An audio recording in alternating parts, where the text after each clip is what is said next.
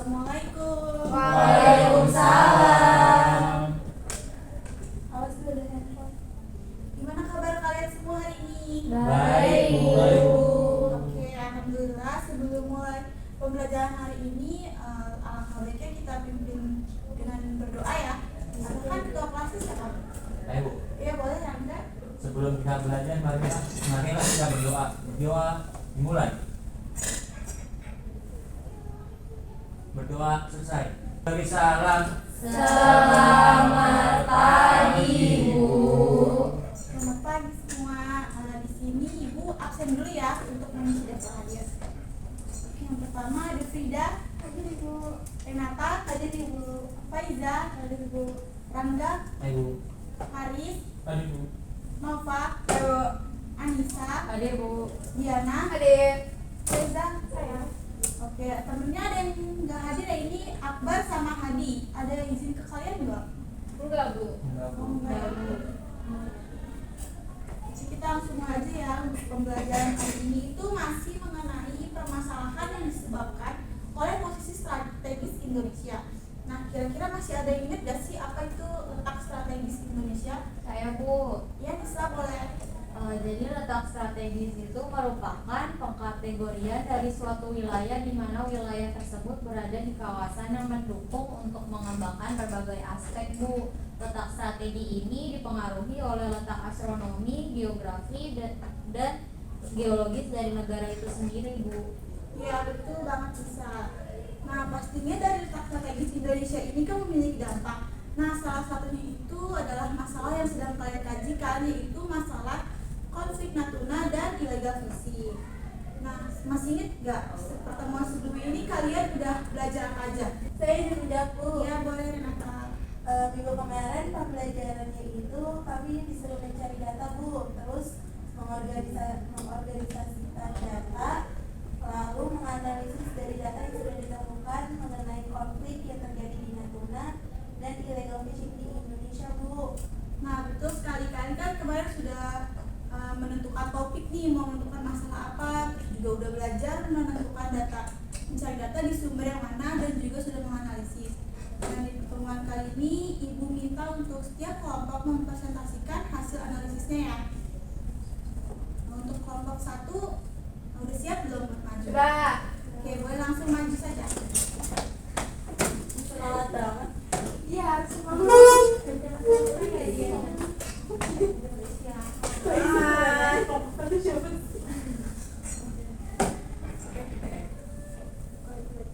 Oke, Assalamualaikum warahmatullahi wabarakatuh. Waalaikumsalam warahmatullahi wabarakatuh. Oke, di sini kami dari kelompok 1 akan mempresentasikan hasil penugasan dari Ibu Aurel, yaitu sumber data yang kami ambil itu dari Jurnal Lembaga Pertahanan Nasional dan jurnal dari universitas yang dapat diakses di website journal.lemhanas.org.id dan juga jurnal yang berjudul Analisis Sengketa Zona Ekonomi Eksklusif antara Indonesia dan Republik Rakyat Tiongkok di Kepulauan Natuna yang disusun oleh Joseph Victoriadi Palembang. Baik Ibu dan teman-teman semua, sebelum memaparkan hasil diskusi akhir kami akan menayangkan video bersumber dari YouTube mengenai topik pembahasan kami. Iya, boleh. Kami akan di setting dulu ya, Bu.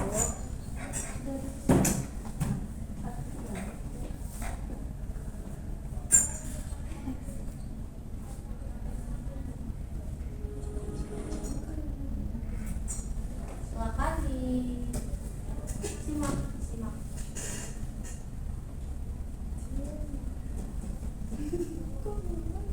Sementara ini sepertinya koneksinya agak jelek ya teman-teman. Maaf ya Ibu. Kita beralih ke informasi terkait konflik di perairan Natuna. Ya, hingga kini Tiongkok masih mengklaim zona ekonomi eksklusif Indonesia di perairan Natuna sebagai wilayah nelayan tradisional mereka. Kini pemerintah didesak harus menerapkan strategi kehadiran di laut untuk menjamin kedaulatan di perairan itu. Untuk kesekian kalinya terjadi ketegangan antara kapal pemerintah Indonesia dan Tiongkok di perairan Pulau Natuna. Jumat pekan lalu, TNI Angkatan Laut bahkan sempat melepaskan tembakan peringatan kepada kapal pencuri ikan berbendera Tiongkok. Dalam proses penangkapan dan pengamanannya, TNI Angkatan Laut sempat diprovokasi kapal penjaga pantai Tiongkok yang berupaya membebaskan kapal nelayan itu. Tindakan tegas TNI Angkatan Laut mengundang protes pemerintah Tiongkok. Tapi protes itu kemudian dijawab Presiden Joko Widodo dengan mengunjungi Pulau Natuna dan menggelar rapat kapal perang KRI Monjong yang menembak kapal ikan Tiongkok itu. Ya, perintahnya adalah kita tetap harus melaksanakan pengamanan di sana. Dan beliau sangat setuju untuk kita menambah atau membangun pangkalan di sana. Pulau Natuna terletak di ujung utara negara Kesatuan Republik Indonesia. Zona ekonomi eksklusif Indonesia dari Pulau Natuna membentang hingga ke perbatasan Tiongkok. Wilayah ini juga diklaim oleh Tiongkok sebagai daerah nelayan tradisional atau traditional fishing zone. Namun klaim itu tidak diakui oleh negara manapun. Perairan Natuna memang kaya sumber daya ekonomi. Di Natuna terdapat sedikitnya 16 blok migas. 5 di antaranya sudah berproduksi dan 11 lainnya dalam tahap eksplorasi. Sementara potensi perikanan di perairan Natuna mencapai lebih dari 0,5 juta ton per tahun atau sekitar 21% dari total tangkapan di seluruh perairan Indonesia. Tidak mengherankan jika Tiongkok mengincar perairan Natuna. Untuk memuluskan klaimnya, Tiongkok mengerahkan kapal-kapal nelayan yang didampingi kapal penjaga pantai. Hal ini merupakan bagian dari strategi laut, yaitu kehadiran di lautan yang nantinya bisa memperkuat klaim. Strategi yang sama seharusnya dilakukan Indonesia. Mengirimkan kapal perang saja tidak cukup. Indonesia perlu mengerahkan nelayan juga agar ada kehadiran penuh selama 24 jam setiap hari. Kunjungan Presiden Joko Widodo ke perairan Natuna memang menegaskan bahwa kedaulatan Indonesia di perairan tersebut tidak bisa ditawar lagi. Namun selain kunjungan, juga perlu ditindaklanjuti dengan kehadiran kapal perang serta kapal nelayan kita di perairan tersebut selama 24 jam terus-menerus untuk menjamin bahwa Indonesia berdaulat di perairan Natuna. Yon Hermawan, Jakarta. Baik, berikut adalah video yang mengenai konflik Natuna dengan Indonesia. Sekarang kami akan menjelaskan hasil dari video yang tadi kami tayangkan dengan jurnal yang kami dapatkan. Boleh, Diana? Ya, tadi kan judulnya tentang konflik perairan Natuna ya. Untuk hasil diskusi kami mengenai video tersebut itu adalah Pulau Natuna ini saat ini terletak di Kabupaten Natuna, Provinsi Kepulauan Riau, berada di tengah Laut Cina Selatan, di mana hal tersebut menjadi sumber konflik antara kedaulatan Indonesia dengan RRC atau Republik Rakyat Cina. Permasalahan sengketa Natuna terletak pada daerah perairan di sekitar Natuna yang tumpang tindih dengan batas 9 dash line milik RRC. Kasus ini bukan hanya terjadi pada perairan sekitar Natuna, melainkan seluruh perairan yang termasuk dalam 9 dash line. 9 dash line ini pada dasarnya merupakan garis yang dibuat sepihak oleh Cina karena dianggap sebagai wilayah historis kepunyaan mereka. Untuk sifat dari 9 dash line yang hanya disepakati oleh pihak Cina itu menimbulkan penolakan terhadap klaim dari Cina itu sendiri, dan hal serupa dilakukan oleh pemerintah Indonesia karena klaim 9 dash line dianggap melanggar kedaulatan zona ekonomi eksklusif milik Indonesia. Kemudian Kepulauan Natuna ini memiliki luas sekitar 141.901 km persegi yang disebut-sebut memiliki kekayaan alam yang melimpah. Disebutkan ada cadangan gas alam di kepulauan ini yang terbesar di Asia Pasifik, bahkan terbesar di dunia, sehingga tidak mengherankan jika banyak negara-negara yang tergiur sama Kepulauan Natuna ini gitu. Terus di bidang perikanan juga Kepulauan Natuna terletak di perairan Laut Cina Selatan yang merupakan salah satu jenis ikan serta sumber-sumber kekayaan mineral yang potensial. Kemudian ada upaya-upaya Indonesia dalam menjaga wilayah Laut Natuna. Yang pertama itu yaitu meningkatkan manajemen perbatasan wilayah Laut Natuna. Jadi salah satu upaya Indonesia dalam menjaga keamanan di wilayah perbatasan ini adalah tetap melanjutkan perundingan perbatasan agar terdapat kejelasan garis perbatasan Indonesia dengan negara tetangga, serta melakukan aktivitas eksplorasi minyak bumi dan gas alam di Laut Natuna. sebagai bentuk eksistensi Indonesia di wilayah itu. Kemudian terdapat perundingan perbatasan, yaitu ada perbatasan Indonesia-Vietnam dari tahun 2010 sampai 2012 dan perundingan perbatasan Indonesia-Malaysia di tahun 2010 dalam perundingan penetapan delimitasi batas seperti ini. Oke, selanjutnya ada peningkatan kegiatan ekonomi melalui eksplorasi minyak di wilayah Laut Natuna. Nah, pemerintah Indonesia terus berupaya memenuhi pasokan energi yang terus meningkat. Untuk itu, Indonesia terus melakukan eksplorasi dan eksploitasi terhadap sumber-sumber energi yang ada. Dengan adanya aktivitas ekonomi langsung dari Indonesia di wilayah-wilayah perbatasan akan semakin menguatkan posisi Indonesia dalam mengklaim daerah tersebut. Nah, berikutnya ada meningkatkan kapabilitas pertahanan di wilayah Laut Natuna. Eksistensi instrumen pertahanan di antara adalah untuk mendukung diplomasi. TNI harus meningkatkan kemampuan pertahanan di wilayah perbatasan terutama di Natuna dengan menambah jumlah pasukan dan juga armada tempur. Dengan adanya kekuatan TNI di Natuna tentu bisa menjadi alarm bagi Indonesia terhadap ancaman yang datang dari ketegangan LTS. Penempatan pasukan yang didukung oleh fasilitas yang memadai adalah sebuah keharusan agar keamanan dan keutuhan NKRI dapat dijaga. Sekian dan terima kasih. Oke, terima kasih kepada kelompok 1 yang sudah memaparkan hasil diskusinya. Kita beri tepuk tangan dulu ya. Mungkin Ibu sedikit menambahkan dari materi kalian, itu bisa ditambahkan kan tadi udah ada upaya Indonesia dalam menjaga perbatasan di Laut Natuna. Itu juga bisa ditambahkan dengan upaya Indonesia dengan ASEAN. ASEAN yang membantu Indonesia untuk menyelesaikan masalah dari oleh Cina itu kan. Silahkan. Terima kasih Ibu atas masukannya.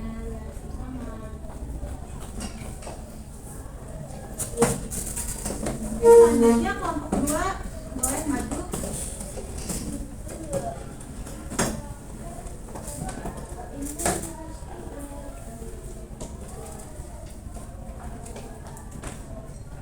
Assalamualaikum warahmatullahi wabarakatuh. Warahmatullahi wabarakatuh. Jadi di sini kami dari kelompok 2 izin mempresentasikan hasil kerja kelompok kami mengenai legal fishing yang sudah dilakukan dari minggu-minggu kemarin. Sebelumnya perkenalkan dulu, nama saya Novalidia Meni. Saya Reza. Saya Frida. Saya Renata. Saya Sarmuti. Untuk penugasan ini kami mengambil sumber data dari website Kementerian Kelautan dan Perikanan yang dapat diakses pada kkp.co.id dan jurnal dari Universitas Pertahanan RI ditulis oleh Sartono yang berjudul Kebijakan Pemerintah dalam Upaya Penanganan Illegal Fishing dalam Sudut Pandang Pertahanan Negara di Laut. Baik Ibu dan teman-teman semua, sebelum memaparkan hasil diskusi kelompok, kami akan menampilkan sebuah video.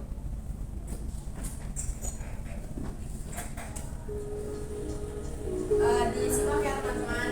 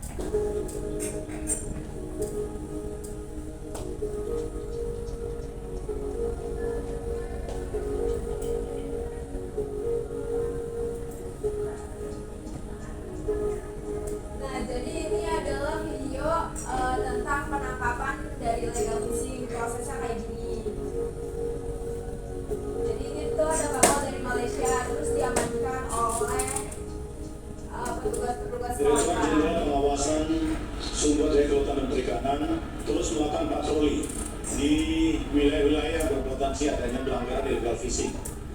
Contoh di WPP 571 Selat Malaka, 5711 di Laut Natuna Utara, kemudian di WPP 716 perbatasan antara Sulawesi Utara dan Filipina di Laut Sulawesi, dan WBP 78 di Laut Arafura.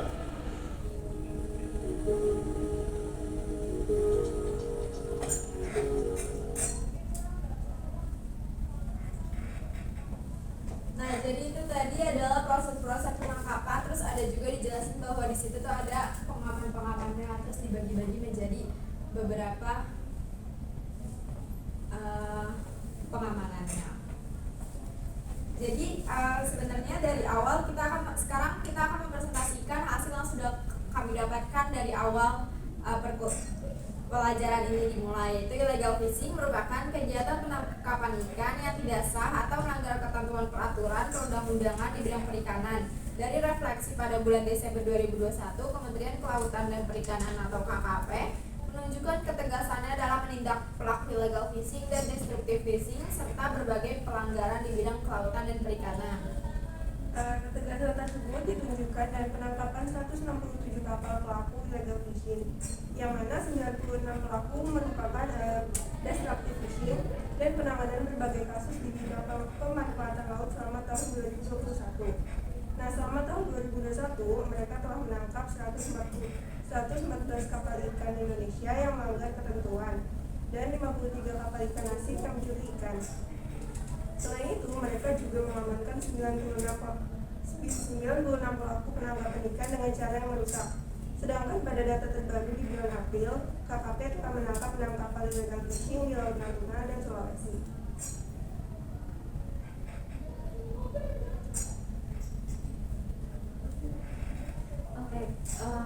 Kemudian apabila diteliti lebih lanjut bahwa ditemukan sebuah celah hukum yang ada dalam ketentuan pasal 29 Undang-Undang Nomor 31 Tahun 2004 tentang Perikanan sebagai salah satu penyebab terjadinya illegal fishing.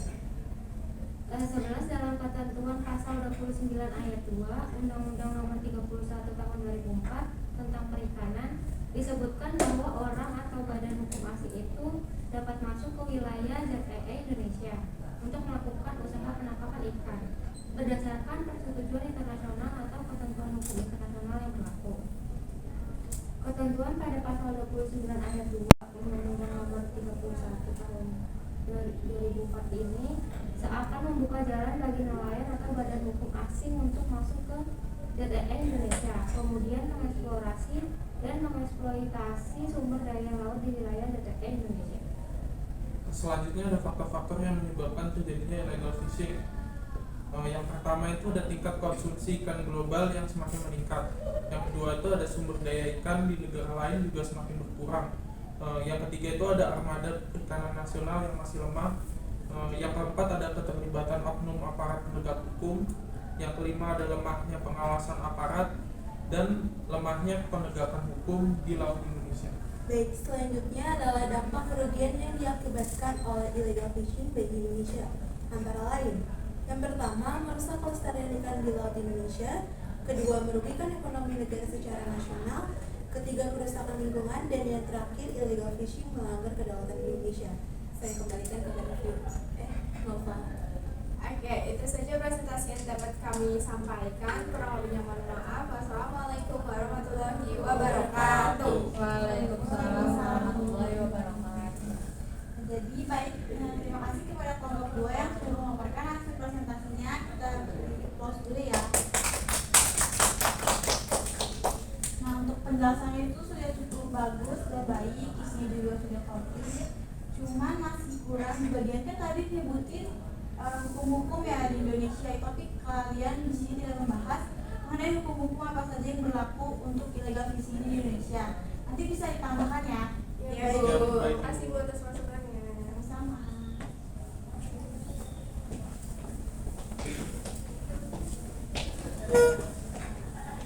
Oke, nanti kan ini di pertemuan selanjutnya kalian diminta untuk membuat output ya dari hasil akhir dari selama pertemuan-pertemuan sebelumnya. Kalian bisa tuh misalnya kayak mau bikin poster, infografis, atau makalah ya.